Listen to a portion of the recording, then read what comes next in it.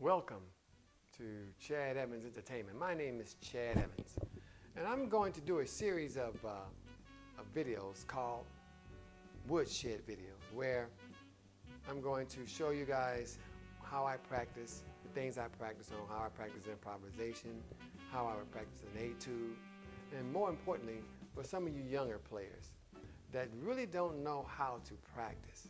So we're going to get into a lot of things that will help you be more efficient with your practicing. I know some of you students that are in college. I have some students that have tests coming up, and their grades are slowing down because they're spending a lot of time on their instrument. And so what I want to show you guys is how to get the same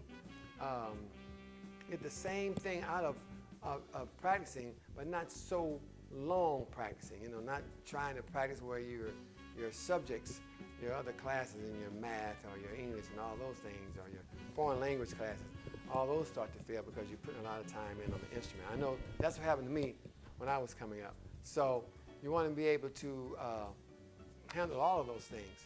So you want to be more efficient with your practicing. So there are ways to practice etudes.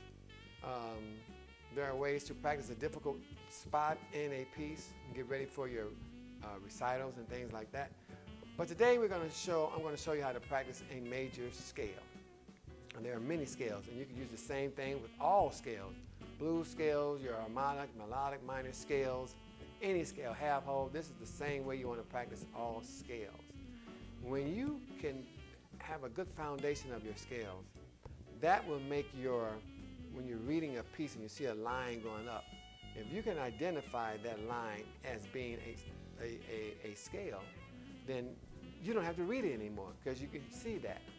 But the problem is, a lot of us have been playing for, I guess, the first 5 or 6 years of our music career. We've been playing scales from tonic to tonic. Da da da da da da da da da da da da da.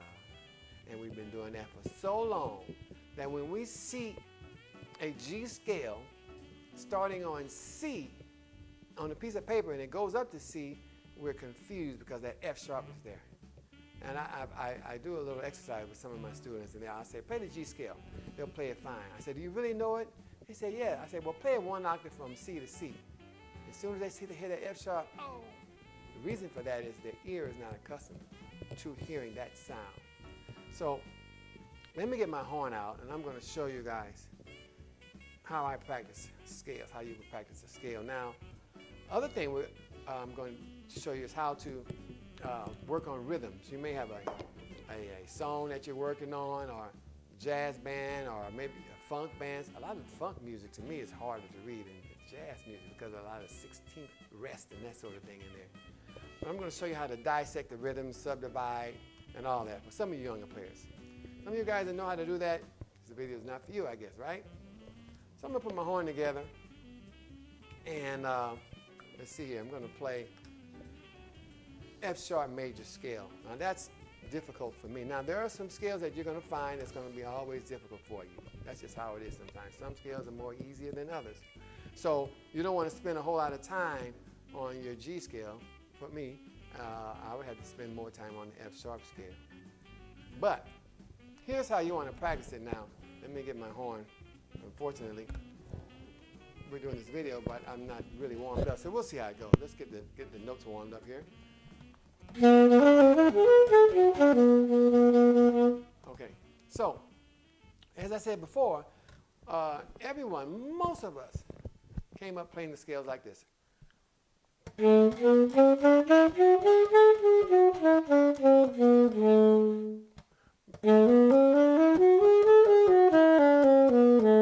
Right?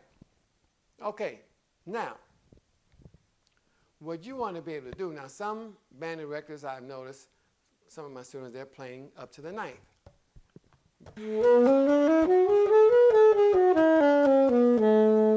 That's good too. But what you want to really do with a scale, and a very difficult scale, for instance, in fact, right now, I'm going to actually practice in front of you guys. This is how I practice. I'm going to try to work on the F sharp major scale, A concert.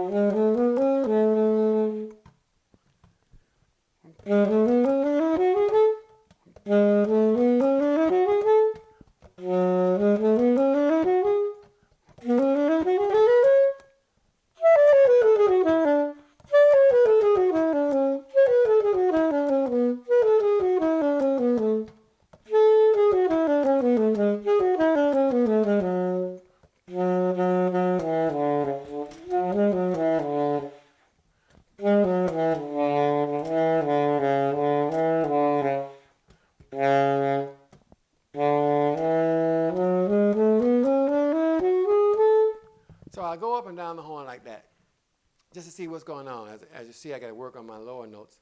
The reed is a little dry, but it still should come out better than that.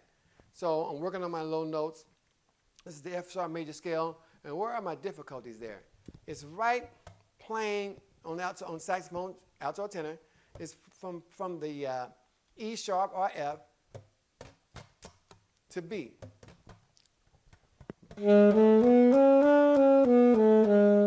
That's my difficult part of the scale, right? So instead of playing the whole scale up and down, I'll work on that area right there.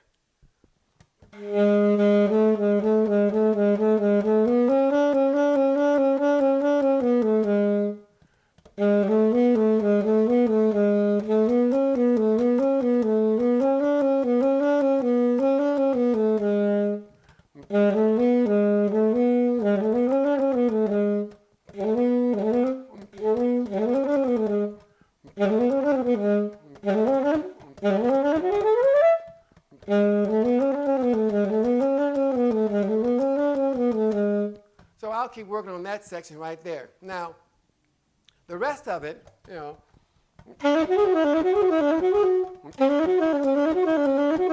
that's good. All that part is good, right? So we don't need to work on that part.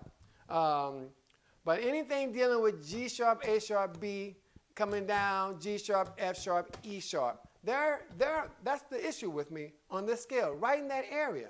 Now, I'll go, of course, down low. I'm wondering if I have a leak on the B. I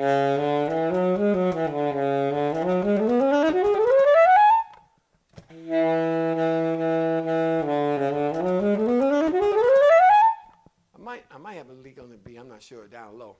So now I've established, say you're practicing, I'm practicing. I've established that, okay, I have a problem with that one little section of this F sharp major scale. Everything else is fine. How I know that is because I work on the other parts like this, as you saw. You know, that's going fine. It's just here.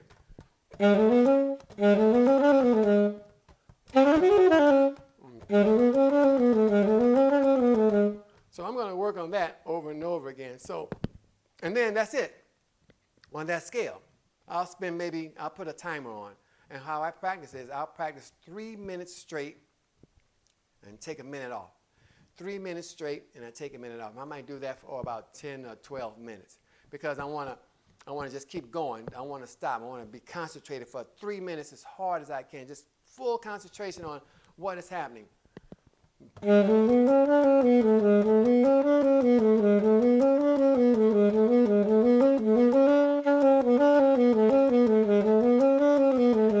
And I'll do that for 3 minutes, then I'll take a break. Just in that section. And then I've accomplished something, you see. So, and I would do that with every scale. You may have a blues scale that you're playing. And the blues scale is fine, but there may be one little part of the scale that you're having a difficulty with. Work on that part only. And that's how you want to work on scales. You just don't want to work them up and down. You definitely don't want to work from root to root. Now, you can do this. You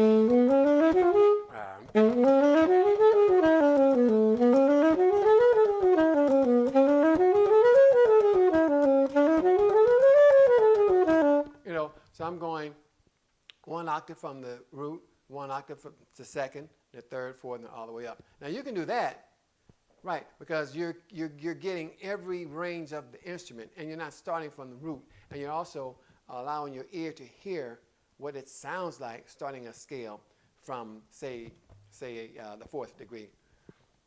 Now,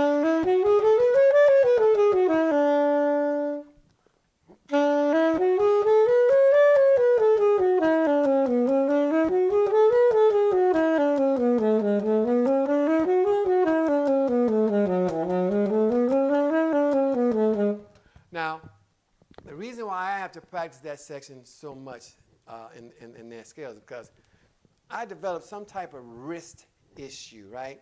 So my hand kind of collapses and it doesn't work like it used to. This cross fingering, even this doesn't work because this ring finger doesn't lift up like it used to. So there's something going on in the arm area, something like that. And I've had what do you call those conductive therapies and things. So we're just trying to find out what it is. But until then, I can't wait to see, what they're talking about. I need to work it out myself. So the main thing is I try to stay relaxed, my shoulders. A lot has to do with, I think, in my case, I played a lot of basketball. I know smashed up my thumb a lot. So, that got crushed, jammed plenty of times. So my thumb is not holding the horn properly. And so I'm just saying all this just in case someone else is going through the same thing I'm going through as far as handling your instrument, Okay, so I think that's going to do it for today. So anyway, it's all about how to practice, how to be more efficient. The next one I think I'll do is how to look at an etude. Look at it, find out, pencil mark some fingerings, alternate fingerings that you need.